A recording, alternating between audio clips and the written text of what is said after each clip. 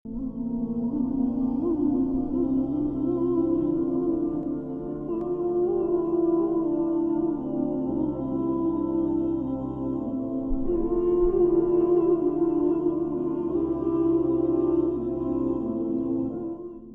بالله من الشيطان الرجيم. بسم الله الرحمن الرحيم. وإذ قالت الملائكة يا مريم إن الله اصطفاك وطهرك واصطفاك على نساء العالمين. وإذ قالت الملائكة يا مريم إن الله اصطفاك وطهرك واصطفاك على نساء العالمين. يا مريم اقنتي لربك واسجدي واركعي مع الراكعين. ذلك من أنباء الغيب نوحيه إليك وما كنت لديهم إذ يلقون أقلامهم أيهم يكفر مريم وما كنت لديهم إذ يختصمون.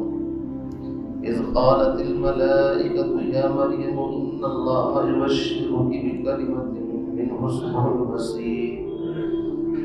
اسمه المسيح عيسى ابن مريم وجيها في الدنيا والآخرة ومن المقربين ويكلم الناس في المهد وكهلا ومن الصالحين. صدق الله العظيم. اس سے پہلی آیات میں حضرت مریم ان کا تذکرہ چل رہا تھا، پھر درمیان میں حضرت زکریا اور حضرت یحییٰ علیہ السلام کا واقعہ بھی آیا، اور حضرت یحییٰ علیہ السلام کی پیدائش بھی چونکہ ایک معجزہ ہی ہے. عام طور سے عورت اگر بانجھ ہو اور شوہر بوڑھا ہو جائے تو اولاد کی کوئی توقع نہیں ہوتی، لیکن اللہ رب العزت نے اس بڑھاپے کی عمر میں حضرت زکریا علیہ السلام کو یحییٰ جیسا پاک دامن بیٹا عطا فرما کر اشارہ اس طرف کر دیا کہ اے عیسائیوں، اے نجران کے نصارہ، اگر عیسیٰ علیہ السلام بغیر باپ کے پیدا ہو گئے تو یہ بھی کوئی بڑی بات نہیں، یہ بھی ایک معجزہ ہے. اور معجزہ اس کو کہتے ہیں کہ عام انسان اس کو نہ دکھلا سکے، خاص اللہ ہی کا دخل ہوتا ہے اس کے اندر. تو جس رب نے حضرت یحییٰ علیہ السلام جیسا بیٹا حضرت زکریا کو بڑھاپے میں دے دیا ہو، جبکہ وہ اولاد کی کوئی اس وقت امید ہی نہیں ہوتی، تو اگر عیسیٰ علیہ السلام بغیر باپ کے پیدا ہوئے ہیں تو ان کے حسب نسب کے بارے میں کیوں شک کرتے ہو؟ یہودیوں کو بھی دعوت ہے، نصارہ کو بھی دعوت ہے. تو درمیان میں وہ واقعہ آیا. اب پھر حضرت عیسیٰ اور حضرت مریم کے واقعے کی طرف واپس آ رہے ہیں. فرماتے ہیں وَإِذْ قَالَتِ الْمَلَائِكَةُ، اس وقت کو یاد کرو جب فرشتوں نے کہا یا مریم. اس کا مطلب یہ ہے کہ فرشتوں نے ڈائریکٹ بالمشافہ ملاقات کی حضرت مریم سے، چونکہ اگر غیب سے کوئی آواز آئے گی تو آدمی اور پریشان ہو جائے گا کہ ہے سامنے کون. تو اللہ رب العزت نے ایسا محسوس ہوتا ہے کہ بچپن سے بیت المقدس کی خدمت میں رہنا، وہاں عبادت کرنا اور وہاں کی نورانی ماحول کے اندر رہ کر کے وہ انوارات اور وہ صفات ان کے اندر پیدا ہو گئی تھی کہ جس سے اب اگر فرشتے کی ملاقات بھی ان سے کرا دی جائے تو کوئی تعجب نہیں، چونکہ اللہ کے ہر کام میں حکمت ہے.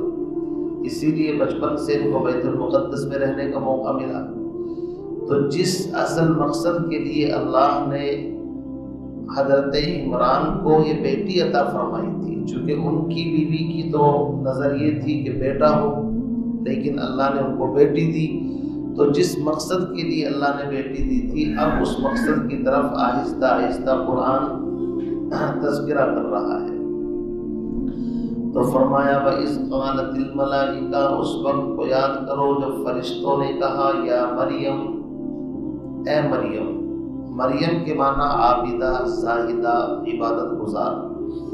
ان اللہ اصطفاکی، بے شک اللہ تعالیٰ نے تجھ کو سلیکٹ کیا، چنا، منتخب کیا، پسند کیا ہے۔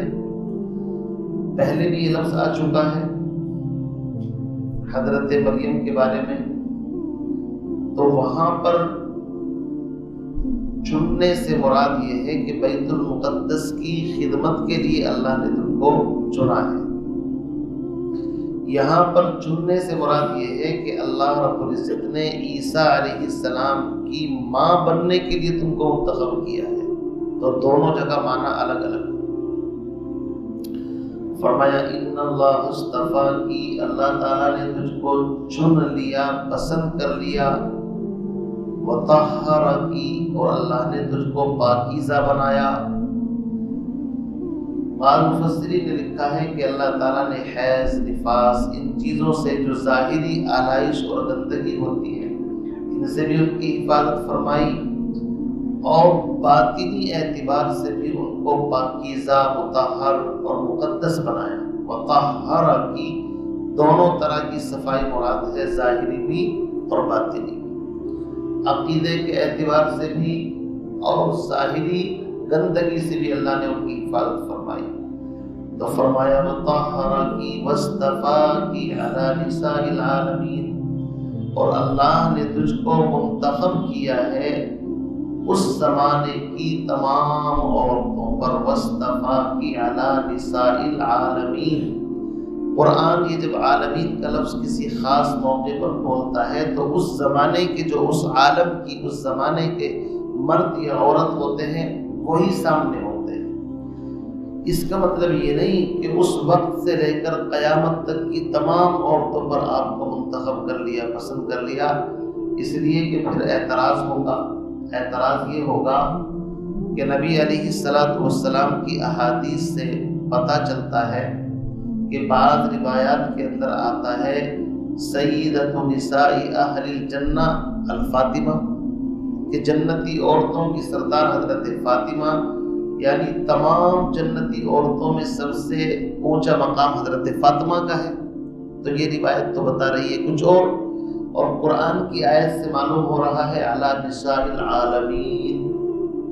تو ترجمے میں ہی میں نے اشکال کو ختم کر دیا، اس زمانے کی عورتوں کی بات ہے۔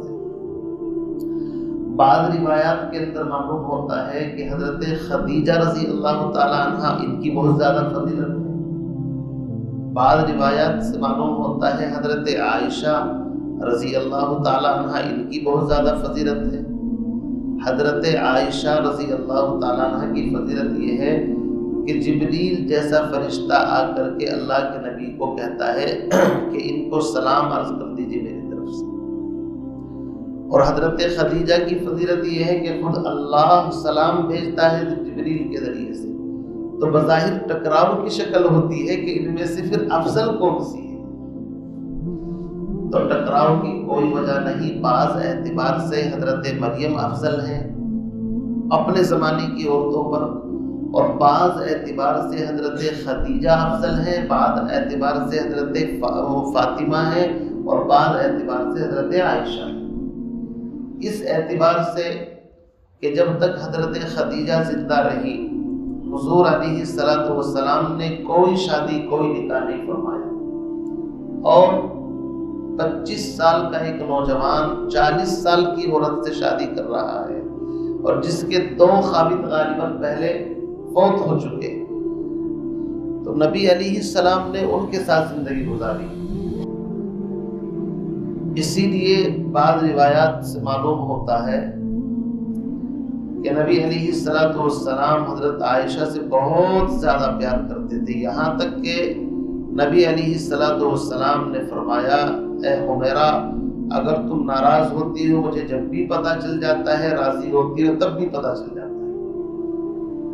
تو قصہ مختصر یہ ہے کہ فضائل الگ الگ اعتبار سے ہیں۔ حضرت عائشہ سے پیغمبر علیہ السلام کی کوئی اولاد نہیں، حضرت خدیجہ سے اولاد ہوئی ہے، تو اس اعتبار سے ان کی فضیلت ہے۔ تو فضائل کے جو درجات ہیں وہ الگ الگ اعتبار سے ہیں۔ آگے فرماتے ہیں یا مریم قنوتی لربکی، اے مریم اپنے رب کے سامنے عاجزی، انکساری، تواضع کے ساتھ، قنوتی فرما برداری کے ساتھ زندگی گزار۔ اور فرما برداری کا طریقہ یہ ہے وسجدی، سجدہ کر، ورکعی، اور رکوع کر، مع الراکعین، رکوع کرنے والوں کے ساتھ۔ پہلے سجدے کا ذکر کیا پھر رکوع کا، اس لیے کہ سجدہ انسان کی عبادت میں سب سے زیادہ اہمیت اگر رکھتا ہے تو وہ سجدہ ہے۔ سجدے میں انسان رب کے پروردگار کے اتنا قریب ہوتا ہے کہ اور کسی حالت میں اپنے رب کے اتنا قریب نہیں ہوتا۔ اسی لیے قرآن کی ایک آیت ہے، اگر اس کو میں پڑھ دوں گا تو سجدہ واجب ہو جائے گا آپ پر، بس اس کا ترجمہ کر دیتا ہوں۔ 30ویں پارے کی آیت ہے، اللہ کے نبی علیہ السلام پر یہ قرآن نازل ہوا، فرمایا کہ آپ سجدہ کیجئے اور اللہ کا قرب حاصل کیجئے۔ آیت آپ خود پڑھ لینا، یہ اس کا ترجمہ ہے۔ تو سجدہ ہے ہی اللہ کے قریب کرنے کے لیے۔ تصور عرش پر ہے، زیر سجدہ ہے زمین میری۔ حضرت خواجہ عزیز الحسن مجذوب رحمۃ اللہ علیہ اس شعر کو پڑھا کرتے تھے، تصور عرش پر ہے، زیر سجدہ ہے زمین میری۔ جب انسان زمین پر سر رکھتا ہے تو اس کے تصورات کی دنیا عرش اور پتہ نہیں کہاں کہاں بظاہر ہوتا ہے۔ تصور عرش پر ہے، زیر سجدہ ہے زمین میری، میرا پھر پوچھنا کیا آسماں میرا، زمین میری۔ اگر تو در نہ کھولے گا تو میں بھی در نہ چھوڑوں گا، حکومت اپنی اپنی ہے، کہیں تیری کہیں میری۔ بس اگر شعر کو دیکھیں تو بظاہر ایک ناز کے کلمات اس میں ہیں، اور ناز کا حق ہر بندے کو نہیں ہوتا۔ ناز کا حق اسی کو ہوتا ہے جس کے اندر کچھ کوالٹی ہو۔ فرما رہے ہیں اللہ حکومت تیری سب جگہ پر ہے، لیکن میں عاجزی کی حد کر دوں گا، میں سر ہی نہیں اٹھاؤں گا جب تک دروازہ نہیں کھلے گا۔ تو یہ تو ایک ناز، ایک محبوبانہ ناز ہے، اللہ کو منانے والا کہ ٹھیک ہے اگر در نہیں کھلے گا تو میں اس در کو چھوڑ کر کے کہیں بھاگنے والا نہیں ہوں، اس لیے کہ اس در کے علاوہ کوئی در نہیں ہے، میں پڑا رہوں گا اور یہیں پر تیری تسبیح، تیرا ذکر کرتا رہوں گا یہاں تک کہ تو ترس کھا کر کے مجھ پر رحم فرما دے۔ تو بعض حضرات فرماتے ہیں، جیسے کہ بعض کو گمان ہوا کہ یہود کی نماز کے اندر وہ کہتے ہیں رکوع نہیں تھا، تو علماء فرماتے ہیں ایسا کچھ نہیں، رکوع تو تھا، لیکن انہوں نے رکوع کو تقریباً ختم ہی کر دیا تھا۔ ختم کیسے؟ ہماری نماز کے اندر بھی رکوع بھی ہے، سجدہ بھی ہے۔ آپ دیکھیے جب ہم نماز پڑھتے ہیں تو میں سب کی بات تو نہیں کہتا، لیکن کچھ اتنے عجلت اور جلد باز ہوتے ہیں کہ وہ رکوع میں بہت معمولی سا جھکتے ہیں، پورا رکوع نہیں کرتے بلکہ قیام کے قریب رہتے ہیں، صحیح طریقے سے گھٹنوں تک ہاتھ بھی نہیں پہنچتے، بس ایسا ہے کہ اشارہ کریم ہم فوراً پھر ایک دم اوپر کھڑے ہو جائیں۔ یعنی ان کو رکوع میں جاتے وقت ایک طریقے سے پتہ نہیں کوئی الجھن ہوتی ہے، پریشانی ہوتی ہے۔ البتہ جیسے ہی امام کہے گا سمع اللہ لمن، بس سین لفظ سنتے ہی فوراً ایک دم سیدھے ہو جاتے ہیں، اور امام ابھی اللہ اکبر بھی نہیں کہا تھا، سجدے کی تیاری ان کی شروع ہو جاتی ہے۔ بہت سارے تو امام کے جھکنے سے پہلے ہی آدھے سجدے تک چلے جاتے ہیں۔ تو ان لوگوں نے بھی مجھے لگا آہستہ آہستہ ختم ہی کر دیا ہوگا رکوع، بس سوچا کہ ڈائریکٹ سجدے میں جا کر کے اس کی بھی تلافی ہو جائے گی، تو اللہ نے رکوع کا حکم الگ دیا، سجدے کا حکم الگ دیا۔ دوسری بات یہ ہے، سجدے کے ساتھ تو فرمایا وسجدی، سجدہ کرنا، لیکن رکوع کے ساتھ فرمایا ورکعی مع الراکعین، رکوع کرنے والوں کے ساتھ رکوع کرنا۔ اس کا مطلب یہ ہے کہ بیت المقدس میں جو جماعت کے ساتھ نماز ہوتی تھی اس کی طرف اشارہ ہے کہ اے مریم تو بھی جماعت کی نماز کے ساتھ، رکوع کرنے والوں کے ساتھ اپنے حجرے کے اندر ہی رہ کر کے جماعت کے ساتھ نماز پڑھ لیا کر. اس طرف شاید اس سے اشارہ ہو رہا ہے. تو یہ حضرت مریم کے فضائل چل رہے ہیں، ان کی جو زاہدانہ عابدانہ زندگی ہے اس کا تذکرہ اللہ فرما رہے ہیں. وَارْكَعِي مَعَ الرَّاكِعِينَ. اب یہ ظاہر بات ہے بڑی ہو گئی تو رکوع سجدہ یہ ساری چیزیں اللہ ان کو بتلا رہے ہیں. اب اتنی بات بیان کرنے کے بعد نجران کا جو وفد بیٹھا ہوا ہے ان کے سامنے کون اس واقعے کو بیان کر رہا ہے؟ بھائی بتائیے آپ. اللہ کے نبی، قرآن آپ پر نازل ہو رہا ہے، آپ ان کو پڑھ کر کے سنا رہے ہیں. تو اس واقعے میں نبی علیہ السلام کی نبوت کی اور رسالت کی گواہی بھی ہے. کیسے؟ انسان کے پاس کسی بھی چیز کو جاننے کے 3 ذریعے ہوتے ہیں. یا تو اپنی عقل سے اس چیز کو جان لے، مائنڈ سے، یا دوسرا ذریعہ ہوتا ہے کوئی بتانے والا اس کو بتائے تب اس کو پتہ چلتا ہے، یا تیسرا طریقہ ہوتا ہے مشاہدات، دیکھنے کے ذریعے سے انسان کو پتہ چلتا ہے. 3 ہی طریقے ہیں دنیا میں. اب ان تینوں طریقوں میں سے یہ دیکھیے کہ کون سے طریقے سے یہ قصہ نبی کو معلوم ہو. ہم پہلے طریقے پر آتے ہیں، عقل سے معلوم کریں.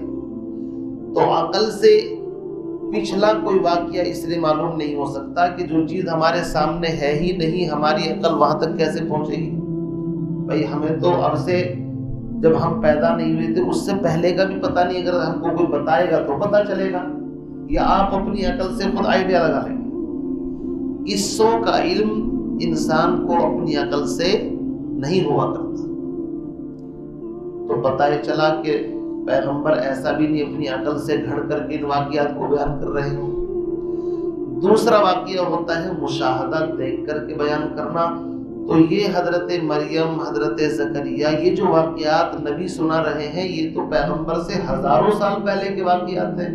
تو دیکھنے کا بھی سوال پیدا نہیں ہوتا کہ نبی ان کو دیکھ کر کے بیان کر رہے ہیں. تو تیسرا طریقہ متعین ہو گیا. اس کا مطلب یہ ہے کہ نبی کو ان واقعات کی کسی نے خبر دی ہے. تیسرا طریقہ خود بخود متعین ہو گیا.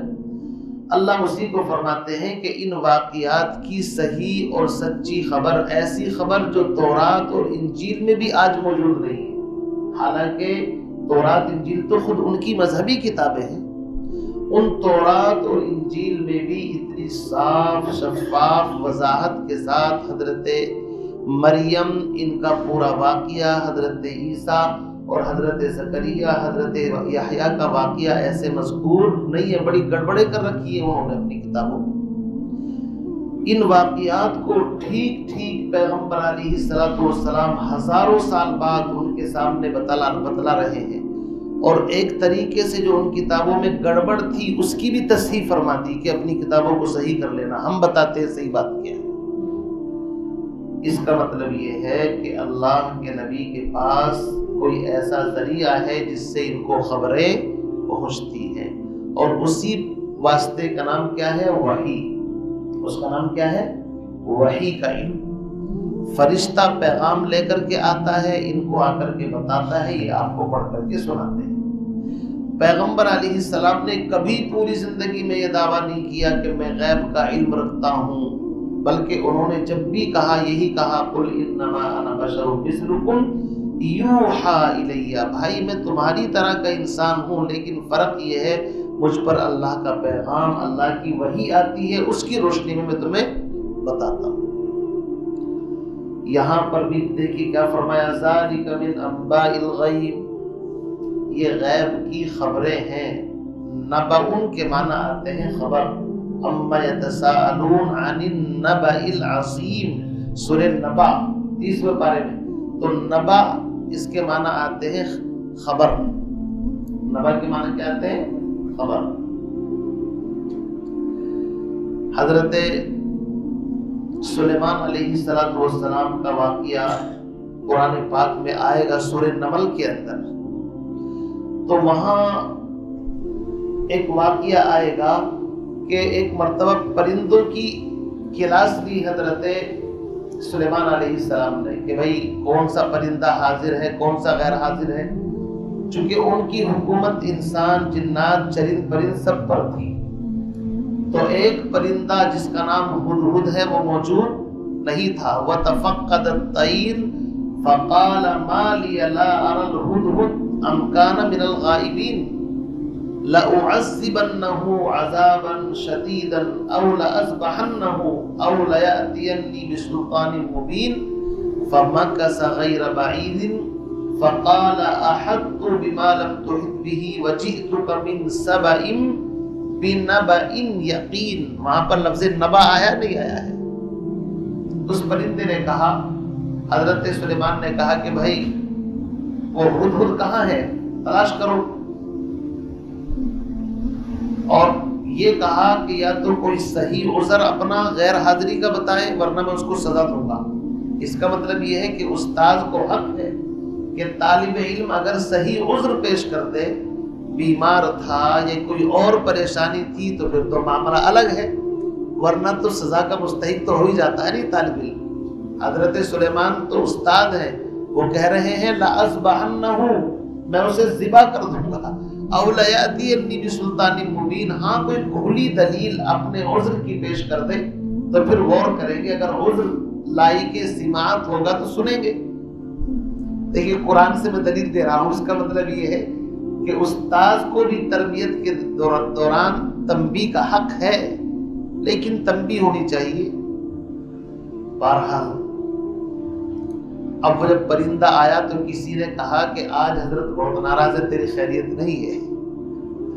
پرندے کو بتا دیا، ہدہد کو، تو وہ بھی بڑا ہوشیار پرندہ تھا، اس نے کہا مجھے کوئی ٹینشن نہیں ہے، میں جس سفر پر گیا تھا میں ایسی خبر لے کر کے آیا ہوں کہ حضرت خوش ہو جائیں گے، ناراض نہیں ہوں گے۔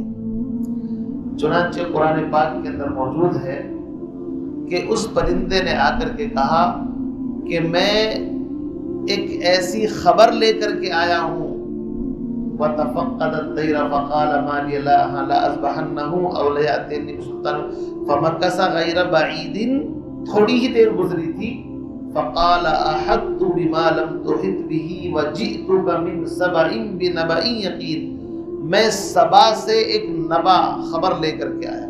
کیا قافیہ ملایا ہے، سبا ایک جگہ کا نام تھا ملک کا، جہاں کی بادشاہ ایک عورت تھی، وہ قوم سبا حکمرانی کرتی تھی۔ کہنے لگا کہ حضرت میں قوم سبا سے ایک نبا کے اوپر بات چل رہی ہے، نبا کس کو کہتے ہیں، خبر کو کہتے ہیں۔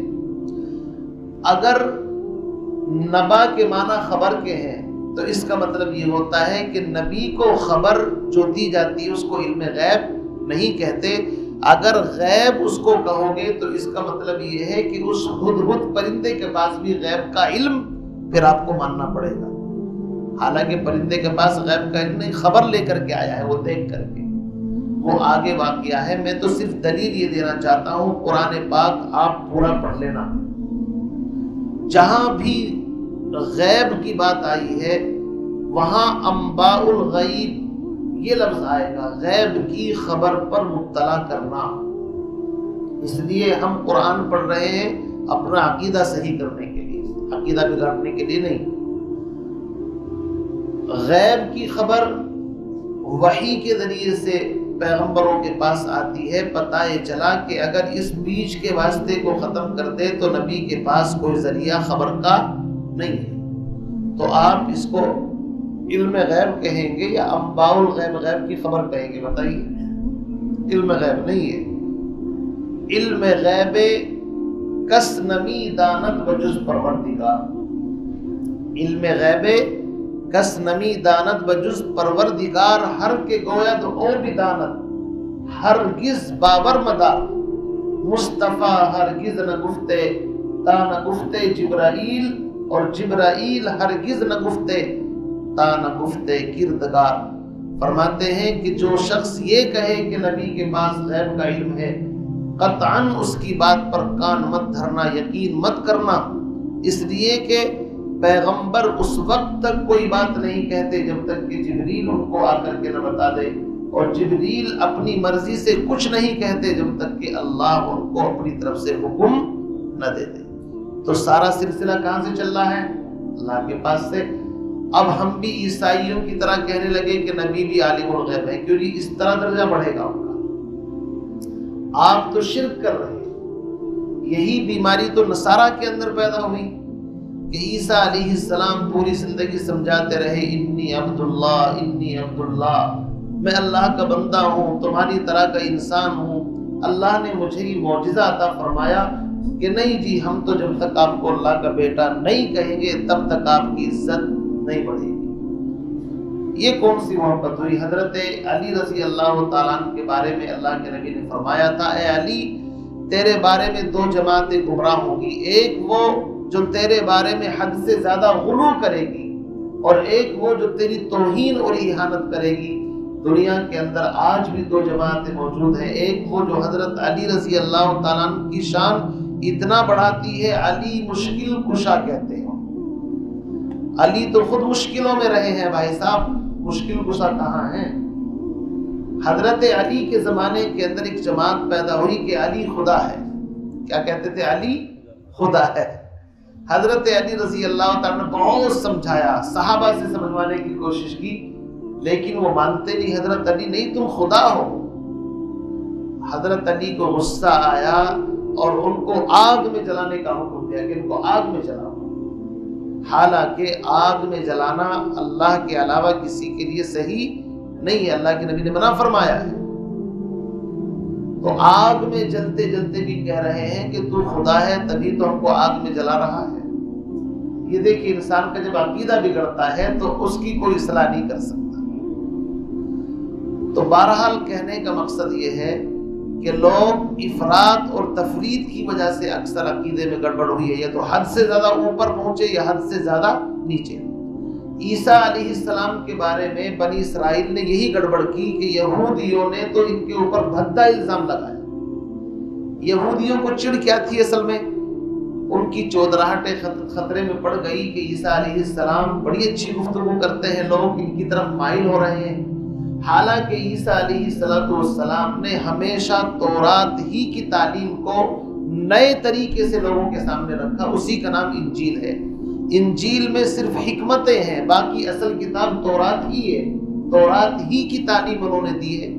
اور انہوں نے اپنا موقف واضح کیا، یا بنی اسرائیل انی رسول اللہ علیکم، میں صرف بنی اسرائیل کا نبی ہوں، اس کے علاوہ کسی اور کا نبی نہیں ہوں۔ میں بنی اسرائیل کی بھیڑوں کو اکٹھا کرنے کے لیے اللہ نے بھیجا ہوں۔ ان کی تعلیم یہ تھی۔ ایک غیر اسرائیلی نے، عورت نے کوئی مسئلہ پوچھا حضرت عیسیٰ علیہ السلام سے، تو حضرت عیسیٰ علیہ السلام نے جواب دیا کہ بچوں کے کھانے کے لیے جو روٹی بچا کر کے رکھی جاتی ہے اس کو بچوں ہی کو دیا جاتا ہے، اس کو کسی کتے کے سامنے ڈالنے کی اجازت نہیں ہے، چونکہ وہ بچوں کا حق ہے۔ اشارہ اس طرف تھا کہ میں صرف بنی اسرائیل کی ہدایت کے لیے آیا ہوں، آخری نبی جو پورے عالم کے لیے آئیں گے وہ اور میرے بعد میں آئیں گے۔ سمجھے آپ بات کو؟ حضرت عیسیٰ علیہ السلام نے کبھی یہ دعویٰ نہیں کیا کہ میں آخری انتم رسول ہوں اور میں پورے عالم کے لیے رحمت بنا کر کے بھیجا گیا ہوں، نہیں۔ انہوں نے یہ کہا انی رسول اللہ علیکم ومبشرا برسول یاتی من بعد اسمہ احمد، میرے بعد انتم آخری نبی آنے والے ہیں، 570 سال کا فاصلہ ہے، آخری نبی آئیں گے، ان کا نام احمد ہوگا، وہ پورے جہان کے نبی وہ ہوں گے، ساری دنیا ان سے مسئلہ پوچھے، میں تو صرف بنی اسرائیل کی ایک جماعت کی طرف اللہ نے خاص منتخب کر کے بھیجا ہے۔ تو ماننا چاہیے تھا، نہیں ماننا چاہیے تھا بنی اسرائیل کو؟ لیکن انہوں نے الزام کیا لگایا؟ کہنے لگے ایک تو یہ تورات کو بدلنا چاہتا ہے، اگر ہم سے کوئی یہ کہے اسلامی حکومت ہو کہ یہ شخص قرآن کو بدلنا چاہتا ہے تو غصہ آئے گا نہیں آئے گا؟ بادشاہ کے کان بھر دیے کہ یہ بغیر باپ کا بیٹا جس کے باپ کا پتہ نہیں، نعوذ باللہ، اس طرح کے گستاخانہ الفاظ۔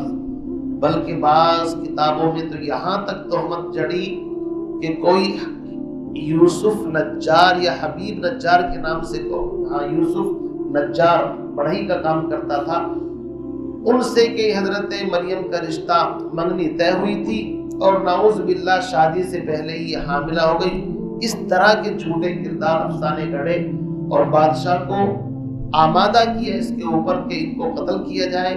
یا سولی پر، جس طرح ہمارے یہاں پھانسی دی جاتی ہے، وہ سولی کا زمانہ تھا، تو اسی لیے بادشاہ کے کان بھرے اور تاریخ طے کرائی عید کے دن سے ایک دن پہلے کہ ملک کے اندر دو شخص ہیں، ایک عیسیٰ مسیح اور دوسرا کوئی بڑا بدماش آدمی تھا، ان دونوں میں سے ایک کو رہا کیا جائے گا، ایک کو پھانسی پر چڑھانا ہے۔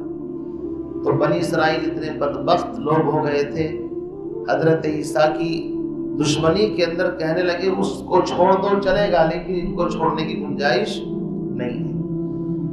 تو ان لوگوں نے اپنے پلان کے مطابق سولی پر چڑھانے کا ارادہ کیا، اس کا ذکر اسی رکوع کے آخر میں آئے گا، وَمَكَرُوا وَمَكَرَ اللَّهُ، تب ہم اس کی وضاحت کریں گے۔ انہوں نے اپنا خفیہ جال بچھایا، ایک اللہ کی طرف سے خفیہ تدبیر ہوئی، اللہ کی تدبیر کام کر گئی، زندہ آسمانوں پر ان کو اٹھا لیا، 33 سال کی عمر، اور جب آئیں گے تو 34 سال سے پھر ان کی عمر آگے شروع ہوگی، 40 سال تک کے زمانے کے اندر اسلامی حکومت بھی قائم کر دیں گے، اور 40 سے لے کر کے تقریباً 74 سال کے آس پاس تک ان کی عمر ہوگی، اور نبی علیہ السلام کے روضے کے برابر میں جو جگہ ہے مدینہ منورہ کے اندر، شہر نبی کے اندر، وہاں ایک قبر کی جگہ ہے، وہاں ان کو دفن بھی کیا جائے گا، شادی بچے سب ہوں گے۔ تو حضرت عیسیٰ علیہ السلام زندہ آسمانوں پر اٹھائے گئے۔ عیسائیت کا عقیدہ یہ ہے کہ ان کو جب سولی دی گئی تو ساری عیسائی دنیا کے گناہ کا اپنے اوپر لے کر کے چلے گئے۔ اب کوئی بھی عیسائی کلمہ پڑھے گا اس کو کچھ نیکی کرنے کی ضرورت نہیں ہے، اگر گناہ بھی کرے گا تو بھی کوئی عذاب نہیں ہوگا، اس لیے کہ عیسیٰ خدا کے بیٹے تھے، انہوں نے سب کے گناہ اپنے اوپر لے لیے۔ ان کا عقیدہ بتا رہا ہوں، ہمارا عقیدہ یہ نہیں ہے۔ اور کہتے ہیں کہ قبر میں جب ان کو دفن کیا گیا تو اس کے بعد پھر زندہ ہو کر کے آسمانوں پر گئے۔ اتنا فرق ہے ہمارے اور ان کے عقیدے کے درمیان۔ ہم کہتے ہیں کہ سولی دی ہی نہیں گئی، وما قتلوہ وما صلبوہ، قرآن چیخ چیخ کر کے کہتا ہے نہ ان کو قتل کیا گیا نہ ان کو سولی دی گئی۔ پھر سولی پر کس شخص کو چڑھایا؟ ولیکن شبہ لہم، جب یہ بیان آئے گا تفصیل سے بیان کریں گے، انہی میں کا کوئی بندہ جس نے جاسوسی کی تھی، اللہ نے عیسیٰ کی شبیہ اس پر ڈال دی، اسی بدبخت کو پکڑا اور اسی کو انہوں نے سولی پر چڑھایا اور اسی کو سمجھتے رہے کہ یہ عیسیٰ ہے۔ لیکن آج تک اس کنفیوز کے اندر ہیں کہ اگر عیسیٰ علیہ السلام یہ تھے تو ہمارا بندہ کدھر گیا؟ آج تک وہ ان کو تلاش کرتے ہوئے نہیں ملا۔ تو قرآن نے اس مسئلے کو حل کر دیا، تم نے اپنے بندے کو سولی دی ہے، اس کے یہاں تو انما امرہ اذا اراد شیئا ان یقول لہ کن فیکون، جب وہ کسی چیز کا ارادہ کرتا ہے وہ چیز ہو جاتی ہے، اس میں کوئی زیادہ لمبا چوڑا ٹائم نہیں لگتا۔ بہرحال اس میں نبی علیہ السلام کی رسالت کو بھی ثابت کیا جا رہا۔ فرما ذالک من انباء الغیب، یہ سب غیب کی خبریں ہیں، نوحیہ الیک، اے میرے محبوب ہم تیری طرف ان کو وحی کے ذریعے سے پیغام پہنچاتے ہیں، تو آگے پڑھ کر کے ان کو سنا رہا ہے۔ تو ان واقعات میں کس چیز کی دلیل ہے؟ پیغمبر علیہ السلام کی نبوت اور رسالت کی بھی دلیل ہے، چونکہ قرآن کا مقصد توحید، رسالت، آخرت کو بیان کرنا ہے، صرف قصے کہانی بیان کرنا مقصد نہیں ہے۔ قصے تو کسی خاص واقعے کی وجہ سے بیان کیے جاتے ہیں۔ تو اس قصے کو بیان کرتے کرتے نبی کے بارے میں فرمایا کہ اس شخص نے کسی کالج، یونیورسٹی، کسی انسٹیٹیوٹ کہیں کے اندر اگر کوئی پڑھا ہو یا درس لیا ہو تو کوئی ثابت کرے۔ یہ واقعات انہوں نے اپنی آنکھوں سے بھی نہیں دیکھے، چونکہ ہزاروں سال پہلے کے واقعات ہیں، عقل سے بھی ان کا پتہ نہیں لگایا جا سکتا کہ کوئی عقل سے گھڑ کر کے بیان کر دے۔ ایک ہی طریقہ ہے کہ کوئی بتانے والا بتائے اور پھر آگے اس کو منتقل کر دیا جائے۔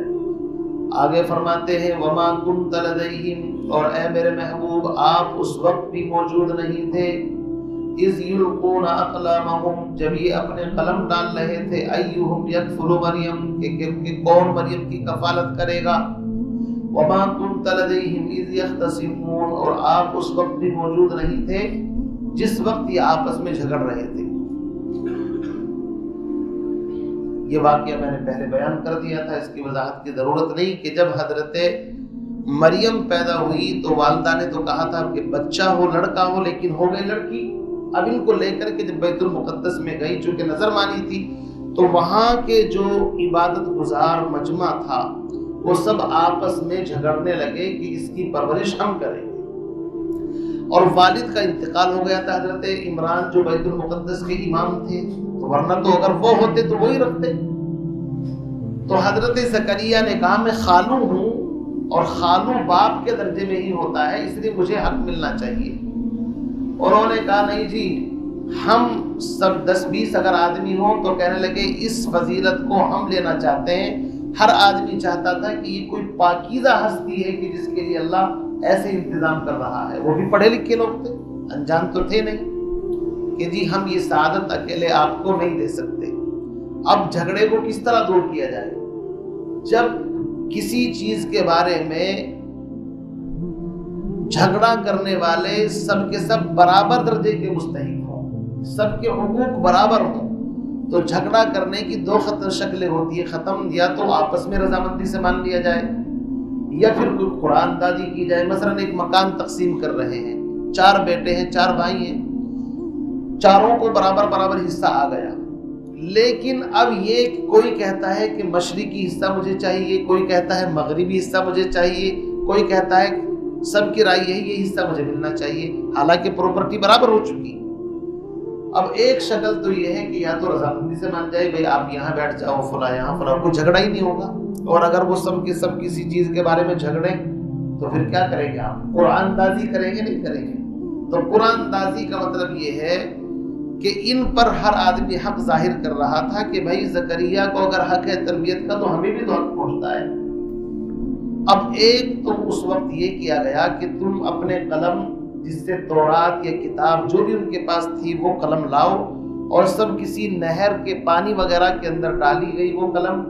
اور اگر جس کا قلم نیچے کی طرف پانی کے ساتھ بہہ جائے گا وہ سمجھو اس کو حضرت مریم نہیں ملے گی، اور جس کا قلم مچھلی کی طرح اوپر کی طرف چلے اس کو ملے گی. یہ بھی ایک معجزہ ہے.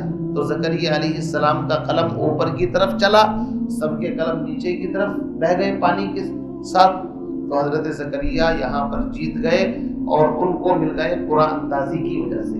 پتہ یہ چلا کہ اگر آج بھی کسی مسئلے میں اس طرح کا جھگڑا ہو، کسی چیز کے بارے میں اگر چند آدمی مشترک ہیں تو ایک آدمی کو وہ چیز دے دینا قرآن ڈال کر، یہ تو ہے جوا سٹا، یہ تو جائز نہیں ہے. مثلا یہ پین 4 آدمیوں کا ہے اور ہم کہیں بھائی پرچی ڈال لو، جس کے نام پر نکلے گا وہ 1 لے کر کے چلا جائے گا، تو 3 کو محروم کرنا یہ صحیح نہیں ہے. تقسیم کے اندر برابری ہو، سب کا حق برابر ہو، پھر قرآن اندازی کرنا کہ کون سا کس کو مل رہا ہے تاکہ جھگڑا نہ ہو، اس کی اجازت ہے. صرف سمجھ نہیں ہوگی آپ. دوسرا جھگڑا یہ ہوا تھا جب وہ بیت المقدس کے اندر لائے کہ کیا ان کو لڑکی ہے، ان کو خدمت کے لیے رکھا بھی جائے یا نہ رکھا جائے. یہ بھی تو جھگڑا پیدا ہوا.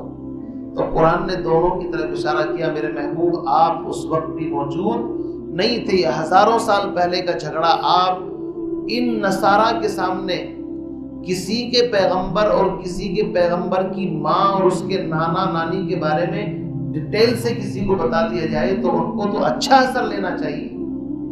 اگر ہمارے سامنے کوئی آ کر کے ہمارے پیغمبر علیہ الصلوۃ والسلام کی سیرت، اور وہ بھی کوئی ہمارے مسلک سے الگ ہٹ کر کے آدمی ہو، الگ جماعت کا ہو، تو ہمیں تو بڑی خوشی ہوتی ہے. کبھی کبھی آپ نے دیکھا ہوگا بہت سارے غیر مسلم نبی کی شان میں کوئی شعر کوئی بات کہہ دیتے ہیں تو ہمارے دل پر بڑا اثر ہوتا ہے اس کا بھی، یار یہ آدمی ہمارے نبی کی تعریف کر رہا ہے. ہوتا نہیں ہوتا ہے. اللہ کے نبی علیہ السلام حضرت مریم، ان کے خاندان، ان کی ایک ایک چیز کا تذکرہ کر رہے ہیں، اور وہ نجران کے نجارہ بیٹھ، مطلب جو نجران کے نصارہ بیٹھ کر کے سن رہے ہیں، تو ان کے دل پر اچھا اثر ہونا چاہیے تھا، نہیں ہونا چاہیے تھا. لیکن اچھا اثر لینے کے بجائے بغیم بینہم، ضد اور عناد میں اتنے پھنس گئے کہ بجائے بحث و مباحثہ مقابلے کے بجائے مباہلے تک آ گئے. آگے مباہلے کا بھی ذکر ہے. مباہلہ کس کو کہتے ہیں تبھی آپ کو بتائیں گے. ایک ہوتا ہے مقابلہ، ایک ہوتا ہے مجادلہ، ایک ہوتا ہے اس سے بھی آگے چڑھ کر کے مباہلہ. وہاں تک آ گئے. پھر وہ ڈر گئے کہ یہ سچے نبی ہیں. جانتے تو وہ بھی تھے، اتنی کلیئر باتیں سامنے آ رہی ہیں. اور انہوں نے اپنے جو پوپ تھا عبد المسیح، 3 بڑے لوگ تھے نا اس کے اندر 60 آدمیوں میں مشورہ کیا کہ ان سے مباہلہ کرو گے تو خدا کی قسم تم نہیں تمہاری نسلیں تباہ ہو جائیں، پھر تو وہ رات کو بھاگے وہاں سے جان بچا کر کے۔ تو یہ قرآن کی آیات عیسائیت کے رد میں اتنی واضح ہے کہ اگر ان کو صرف کسی عیسائی کے سامنے پڑھ دیا جائے تو اس کے پاس کوئی جواب نہیں۔ فرماتے ہیں وَمَا كُنْتَ لَدَيْهِمْ إِذْ يَخْتَصِمُونَ، آپ اس وقت بھی موجود نہیں تھے جب یہ آپس میں جھگڑ رہے تھے۔ اِذْ قَالَتِ الْمَلَائِكَةُ، اس وقت کو یاد کرو جب فرشتوں نے کہا یا مریم إِنَّ اللَّهَ يُبَشِّرُكِ، اللہ تعالیٰ تم کو بشارت دیتے ہیں بِكَلِمَةٍ، ایک ایسے کلمے کی۔ ارے بھائی آواز بالکل بند کر دے اس کے دو۔ اذ قالت الملائکہ، اس وقت کو یاد کرو جب کہا فرشتوں نے یا مریم ان اللہ یبشرکی، بے شک اللہ تعالیٰ بشارت دیتے ہیں تم کو بکلمۃ، ایک ایسے کلمے کی، منہ اسمہ المسیح، کہ جس کا نام مسیح عیسیٰ ابن مریم ہوگا۔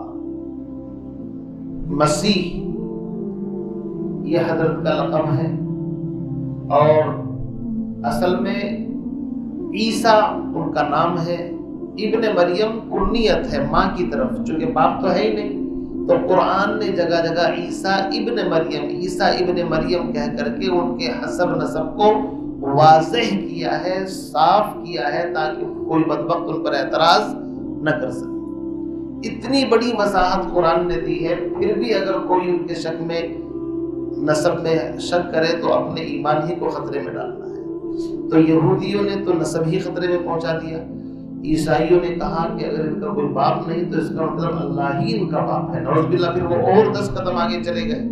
تو یہی گڑبڑ ہوتی ہے، اسی کو اعتدال پر رکھنے کے لیے قرآن اللہ نے نازل کیا کہ دیکھو اگر فرق مراتب نہ کند زندگی، مراتب کا فرق کرنا پڑتا ہے، نبی نبی ہے، صحابی صحابی ہے، ولی ولی ہے، اور تابعی تابعی ہے، ایک کو اگر دوسرے کے ساتھ ملاؤ گے تو گڑبڑ ہو جائے گی۔ علماء کا مقام الگ ہے، اولیاء کا مقام الگ ہے، صحابہ کا مقام الگ ہے، انبیاء کا مقام الگ ہے، ایک کو دوسرے کے ساتھ خلط ملط کرنے کی اجازت نہیں ہے۔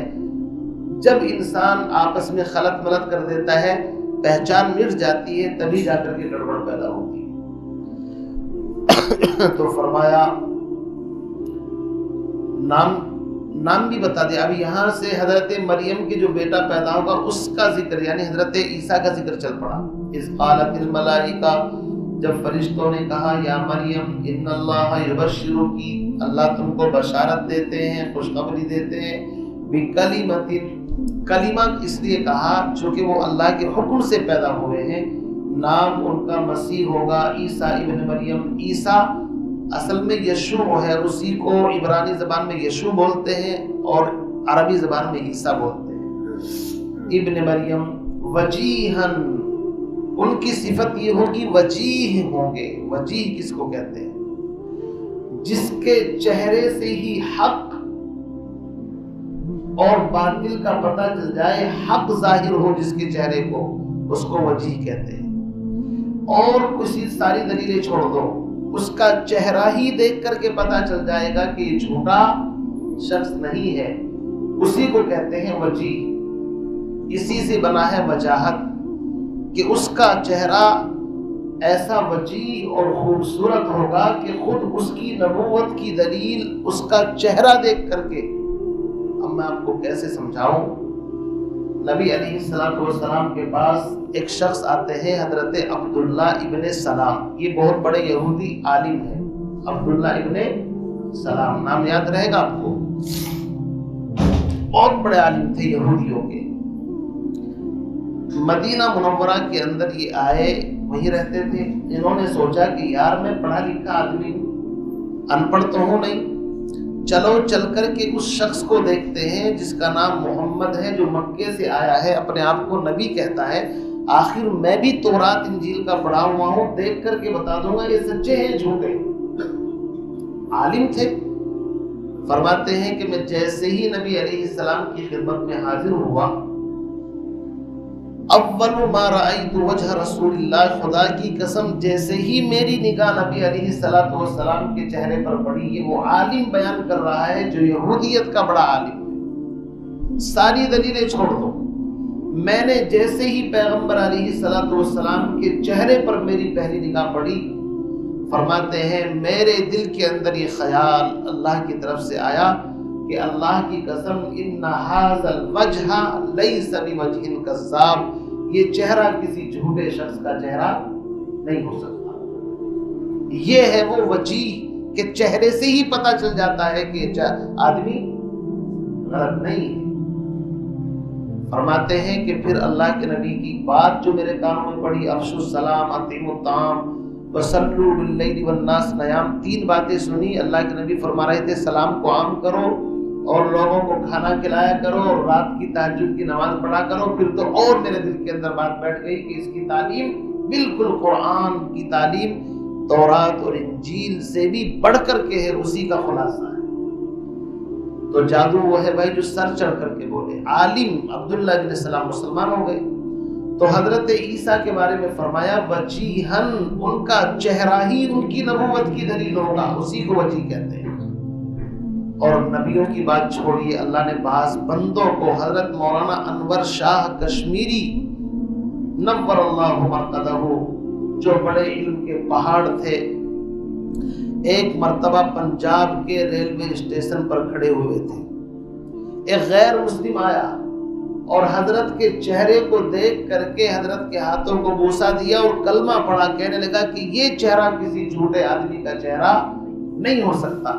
تو جب محبوب علیہ الصلوۃ والسلام کے غلاموں کا یہ حال ہے تو خود محبوب کا حال کیا؟ تو اللہ فرماتے ہیں کہ اے مریم ہم تمہیں ایک بیٹا دیں گے جس کا نام عیسیٰ ہوگا، مسیح ہوگا، ابن مریم. وجیہن، اس کا چہرہ خود اس کی نبوت کی دلیل ہوگا. فی الدنیا والآخرہ، دنیا میں بھی اور آخرت میں بھی. ومن المقربین، اور سب سے بڑی بات یہ کہ وہ ہمارے مقربین میں سے ہوگا. اللہ کا قرب کسی کو مل جائے تو یہ ساری عبادتوں کا خلاصہ اللہ کا قرب ہے. ہم نماز پڑھتے ہیں اللہ کے قریب ہونے کے لیے، اعتکاف کرتے ہیں اللہ کے قریب ہونے کے لیے، تہجد پڑھتے ہیں، ہر عبادت اس لیے تاکہ اللہ کا قرب مل جائے. فرمایا وَمِنَ الْمُقَرَّبِينَ، وہ ہمارے مقربین میں سے ہوگا. وَيُكَلِّمُ النَّاسَ فِي الْمَهْدِ وَكَهْلًا، اور وہ گفتگو کرے گا لوگوں کے ساتھ مہد، پنگھوڑے یعنی ماں کی گود میں پالنے کے اندر بھی، وَكَهْلًا، اور حالت کہولت میں بھی. کہولت کہتے ہیں جب 40 سال یا اس سے زائد اوپر عمر ہو جائے. وَمِنَ الصَّالِحِينَ، اور وہ نبیوں کی جماعت میں سے صالحین بندوں میں سے ہوگا. یہ اتنی صفات حضرت عیسیٰ علیہ السلام کی قرآن بیان کر رہا ہے تو عیسائیت کو تو ہاتھ چومنے چاہیے تھے پیغمبر کے. اب یہاں پر ایک سوال پیدا ہوتا ہے کہ چلو بچپن میں بات کرنا تو ایک سمجھ میں آتا ہے کہ معجزہ ہے، بچپن میں عام طور سے بات نہیں کرتا آدمی، لیکن کہولت میں تو ہر آدمی بات کرتا ہے، یہ کون سا معجزہ ہوا؟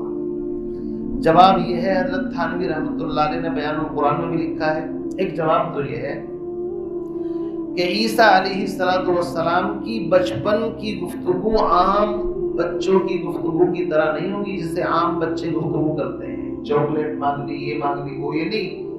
ان کی بچپن کی گفتگو اتنی جامع ہوگی جیسے کوئی 40-50 سال کا ایک دم میچور بندہ کوئی بیان کر رہا ہو.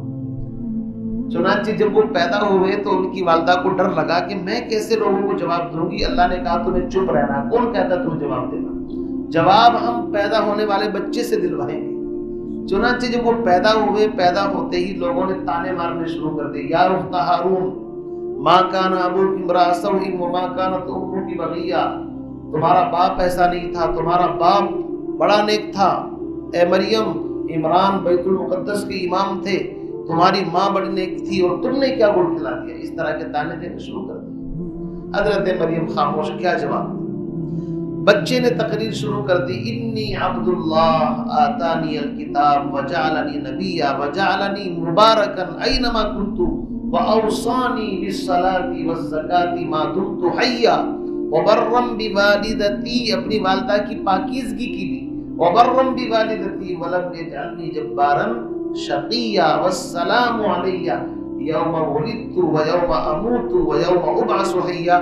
یہ پوری تقریر ان کی بچپن کی سورہ مریم میں آئے گی انشاءاللہ. میں نے پڑھ کر کے آپ کو سنا دی، اس کا ترجمہ بھی وہیں پر کر دیں۔ پوری انہوں نے تقریر کی۔ تو ایک جواب تو یہ ہے کہ ان کی بچپن کی گفتگو عام بچوں کی گفتگو کی طرح نہیں ہوگی، بلکہ ایسی جیسے حالت کہل بڑا آدمی کوئی گفتگو کرتا ہے۔ دوسرا جواب یہ ہے کہ حضرت عیسیٰ علیہ السلام 33 سال کی عمر میں زندہ آسمانوں پر اٹھائے گئے۔ اس کا مطلب یہ ہے، قرآن کہتا ہے کہ حالت کہولت میں بھی ان کو گفتگو کا موقع ملے گا۔ اس کا مطلب یہ ہے وہ آ کر کے اپنی بقیہ عمر پوری کریں گے، تب لوگوں سے گفتگو کریں گے، اس کا ذکر ہے۔ اس کا مطلب یہ ہے کہ جو لوگ حضرت عیسیٰ علیہ السلام کے نزول کے منکر ہیں، وہ دائرہ اسلام سے خود بخود خارج ہو جائیں گے۔ جیسے ان کا زندہ آسمانوں پر جانا پکا عقیدہ ہے، ایسے ہی آسمانوں سے زندہ اترنا بھی پکا عقیدہ ہے، کوئی اس کے اندر شک اور شبہ میں نہ رہے۔ بہت سے لوگوں نے، جو نئے مفسر پیدا ہوئے، ڈاکٹر صاحب، پروفیسر صاحب، جنرل غامدی جیسے لوگ، انہوں نے انکار کیا ہے۔ بہت بڑی جماعت ہے ایسے لوگوں کی، وہ کہتے ہیں کہ نہیں، عیسیٰ علیہ السلام کا نزول نہیں ہوگا، یہ ہے وہ ہے، ان کے پاس کوئی دلیل نہیں، وہ قرآن کی آیات کا صریح انکار کر رہے ہیں۔ تو ہمارا عقیدہ یہ ہے، حضرت مولانا علامہ انور شاہ کشمیری رحمۃ اللہ علیہ نے بہت بڑی کتاب لکھی ہے نزول عیسیٰ کے اوپر، بہت جامع کتاب ہے۔ تو ہمارا عقیدہ یہ ہے کہ وہ زندہ آسمانوں پر ہیں، آئیں گے، اسی کو فرمایا وَقَحْلًا، اور گفتگو کریں گے حالت کہالت کے اندر بھی، وَمِنَ الصَّالِحِينَ، اور وہ ہمارے نیک صالح فرمانبردار بندوں میں سے ہوں گے۔ یہاں تک کی گفتگو ہو گئی۔ اب تک حضرت مریم سن رہی ہے ان کے فضائل، بچہ ایسا ہوگا، یہ ہوگا، وہ ہوگا۔ اب جب میسیج پاس ہو چکا، اب ان کو ٹینشن ہوئی کہ پھر لوگ مجھے تانا دیں گے، کیسے ہوگا، کیا شکل ہوگی، میری شادی ہوگی یا اسی حالت میں، تو اس کا انشاءاللہ ذکر آپ کے سامنے کل آئے گا۔ قالت ربی انا یکون لی ولد، جیسے حضرت زکریا نے پہلے دعا مانگی، جب اللہ نے دعا سن لی تو کہہ رہے انا یکون لی ولد، لڑکا کیسے ہوگا، میں بوڑھا، میری عورت بانج۔ مقصد یہ تھا کیفیت کیا ہوگی۔ ایسے ہی حضرت مریم بھی کیفیت پوچھنا چاہتی ہے کہ اس کی شکل کیا ہو۔ سبحان اللہ و بحمدہ، سبحانک اللہم و بحمدک،